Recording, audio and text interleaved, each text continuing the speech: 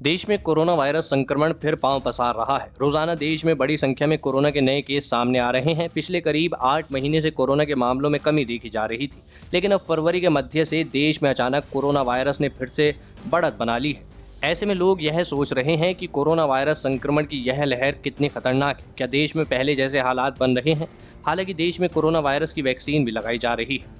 मई 2020 के बाद केस में बड़ी वृद्धि। जी हाँ दोस्तों, 23 मार्च को खत्म हुए हफ्ते के दौरान भारत में कोरोना वायरस के रोजाना औसतन करीब 42,162 नए केस सामने आ रहे हैं। 28 नवंबर 2020 के बाद अब 7 दिनों का सर्वाधिक औसत दर्ज किया गया है। पिछले हफ्ते इसकी संख्या 25,137 थी।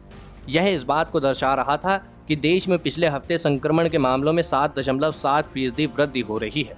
आसान शब्दों में कहें तो पिछले हफ्ते औसतन हर दिन कोरोना केस में 7.7% बढ़ोतरी हुई है। वहीं अगर शुरुआती दिनों से मौजूदा समय की समानताएं देखें तो 10 मई 2020 को नए कोरोना केस के 7 दिनों का औसत 3508 था। यह अब 23 मार्च 2021 को 42,162 हो गया है। भारत में कोरोना संक्रमण के मामले महज 11 दिनों में 20,000 से बढ़कर 42,000 पहुंच गए हैं, जबकि 3 जुलाई 2020 से लेकर 24 जुलाई 2020 तक पहली लहर में यह इतने मामले 21 दिनों में बढ़े थे। रोजाना हो रही मौतें। जी हां, पिछले हफ्ते औसत रूप से देखें तो देश में रोजाना करीब 199 लोगों की जान कोरोना वायरस संक्रमण के कारण जा रही है।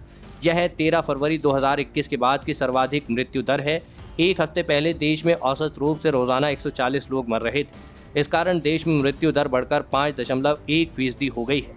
22 जून 2020 के बाद से यह सर्वाधिक मृत्यु दर है।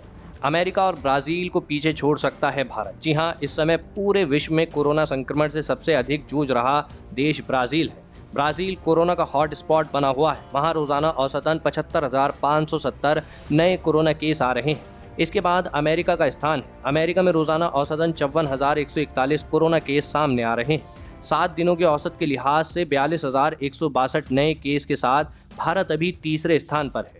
अमेरिका में मामलों की दर अब घट रही है। नए मामले सामने आने की दर वहां अब 0.2% कम हो गई है। वहीं ब्राजील में नए केस लगातार बढ़ रहे हैं। विशेषज्ञों का दावा है कि अगर अमेरिका, भारत और ब्राजील में नए कोरोना केस सामने आने की दर यूं ही रही तो 27 मार्च तक भारत अमेरिका को नए केस के मामले में पीछे छोड़ देगा।